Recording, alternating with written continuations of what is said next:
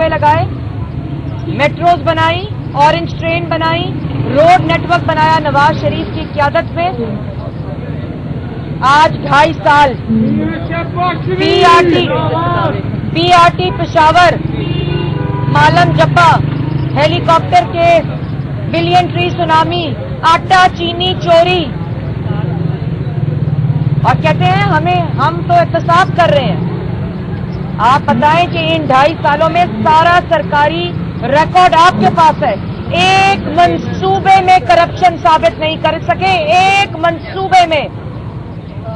اور جن منصوبوں پر تختیاں لگاتے ہیں ان کو کنٹروورشل بنایا. اور آج حقیقت یہ ہے کہ نیب نیازی گٹھ جوڑ خود شہباز شریف کے خلاف انکوائریز بند کر رہا ہے. کون جواب دے گا کہ 133 دن شہباز شریف کو کیوں گرفتار رکھا؟ کون جواب دے گا اس میڈیا ٹرائل کا؟ آج عوام یہ نہیں پوچھ رہی, آج عوام پوچھ رہی ہے کہ آٹا چینی چوری کس نے کیا. آج عوام پوچھ رہی ہے کہ 23 فورن فنڈنگ اکاؤنٹس کا جواب کیوں نہیں آتا. آج پھر ایڈجرنمنٹ مانگی ہے الیکشن کمیشن سے. عوام پوچھ رہی ہے کہ بجلی چینی چوری کیوں ہوئی, گیس چوری کیوں ہوئی, آج بے روزگاری کیوں ہوئی, آج ہمارے گھروں میں آٹا چینی روٹی کیوں نہیں ہے. وہ اس لیے نہیں ہے کیونکہ آج نواز شریف وزیر اعظم اور شہباز شریف وزیر اعلیٰ نہیں ہے. وہ اس لیے ہے کہ نیب نیازی گٹھ جوڑ. اس طرح کر کے دھمکیاں کس کو دیتے ہو؟ ان کو دیتے ہو جو اپنی بیٹیوں کے ساتھ سزائے موت کی چکیوں میں رہ کر آئے ہیں. کون سی وی آئی پی کلاس؟ زمین پر روٹی دیتے ہو, نماز کے لیے کرسی نہیں دیتے ہو. تمہاری فاشزم, تمہاری فاشسٹ سوچ کا یہ ثبوت ہے. اور دھمکیاں کس کو دیتے ہو؟ جو اپنی بیٹیوں کے ساتھ جیلوں میں رہتے ہیں. دھمکیاں ان کو دیتے ہو جن کے کمروں میں دھاوا بول کے 4 دیواری اور چادر کو پامال کرتے ہو, تقدس کو, ان کو دھمکیاں دیتے ہو. یہ دھمکیاں اور اپنے کرائے کے ترجمانوں کی زبان کو لگام دو, کیونکہ آج کمرہ عدالت میں یہ ثابت ہوا کہ یہ گرفتاری شہباز شریف کے عمران خان کے حکم کے اوپر ہوئی. کیونکہ پورے 21 دن کوئی سوال نامہ نہیں, کوئی سوال نہیں, کوئی انکوائری نہیں. اور آج جج صاحب نے ان کو جوڈیشل کر دیا.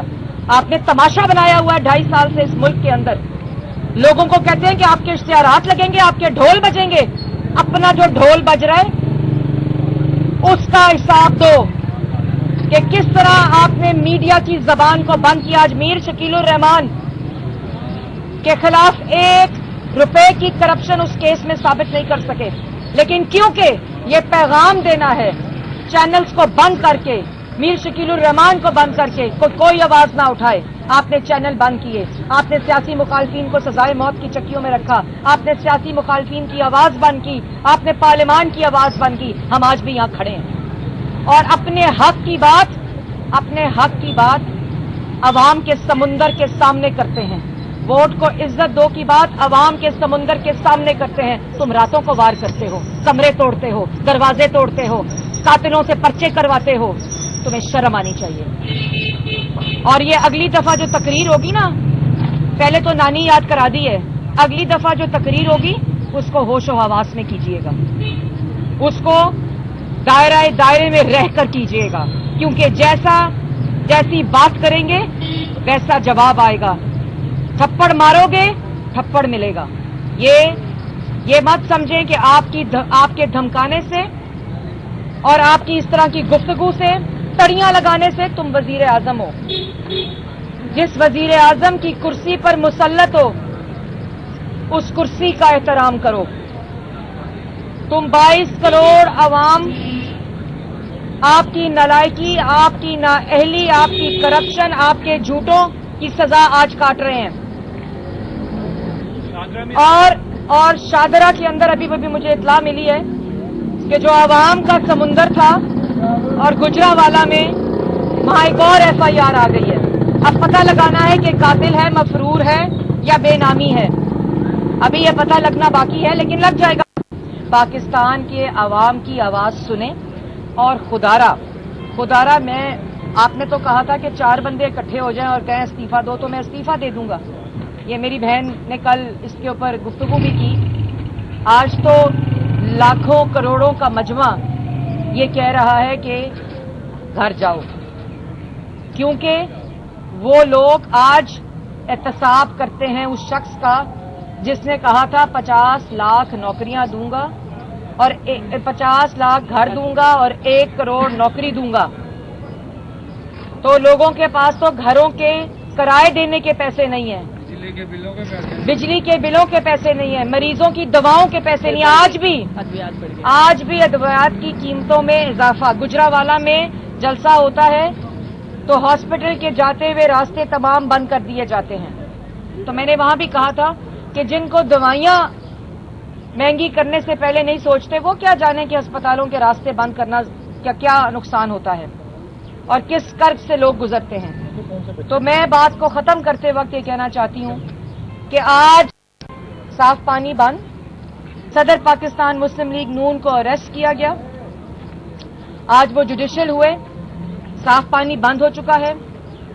دوسروں میں سپریم کورٹ کے آرڈرز آ چکے ہیں، لاہور ہائی کورٹ کا آرڈر آ چکا ہے، اور یہ بات ثابت ہوتی ہے کہ شہباز شریف کے خلاف 1 روپے کی کرپشن ثابت نہیں ہوئی.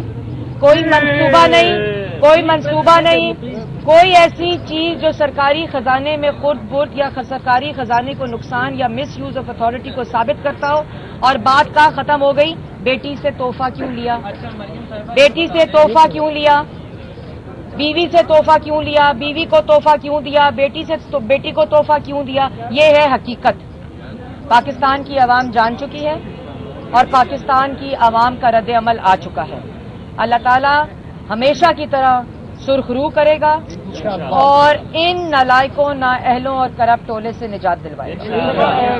بتا دیں کہ گجرانوالہ میں میزبانی میں جلسہ ہوا، کراچی میں ہوا پیپلز پارٹی کی میزبانی میں ہوا. یہاں تو نواز شریف صاحب نے تقریر کر لی لیکن کراچی میں نہیں کرنے دی گئی، یہاں نہیں دی. اب جو کوئٹہ میں ہونے جا رہا وہاں نواز شریف صاحب تقریر کریں گے، یہاں مولانا فضل الرحمان کی میزبانی ہونے والے جلسے میں نہیں کر سکتے. دیکھیں، پہلی بات تو میں واضح طور پہ کر دوں، یہ کل کسی جگہ کے اوپر ذرائع سے خبر بھی چل رہی تھی. یہ وہی ذرائع ہیں جنہوں نے کراچی میں سے کیپٹن صفدر کو اریسٹ کرایا تھا تاکہ آپس میں اس قسم کی غلط فہمیاں یا دراڑیں آئیں. لیکن میں ان کو بھی ایک صاف پیغام دینا چاہتی ہوں کہ یہ بے وقوفانہ حرکتیں چھوڑ دیں، اس سے نقصان آپ کو ہوتا ہے.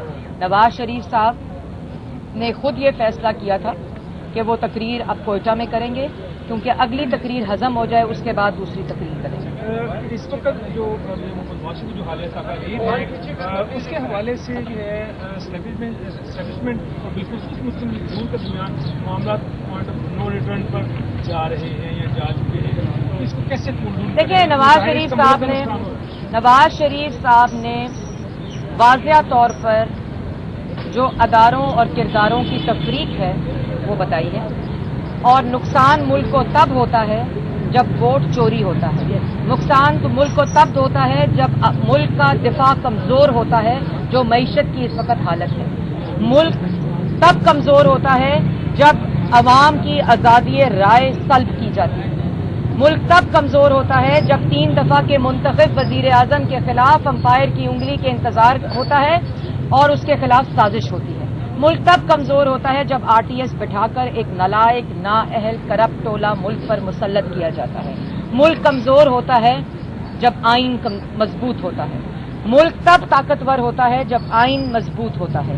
اور ملک کو انشاءاللہ جیسے پہلے بھی پاکستان مسلم لیگ نون نے نواز شریف کی قیادت میں اور پنجاب میں شہباز شریف کی قیادت میں ملک کو سنوارا تھا. ملک کی روشنیاں، ملک کے اندر جو دہشت گردی کا عالم تھا، ایک امن لے کر آئے تھے. ملک کے اندر معیشت کو ٹھیک کیا تھا، روزگار لے کر آئے تھے، سی پیک لے کر آئے تھے، نوجوان کے لیے امید لے کر آئے تھے. انشاءاللہ اللہ تعالیٰ کے فضل و کرم سے انشاءاللہ مسلم لیگ نون دوبارہ عوامی مینڈیٹ لے کر آئے گی اور پاکستان کے عوام کی ترجمانی کرے گی.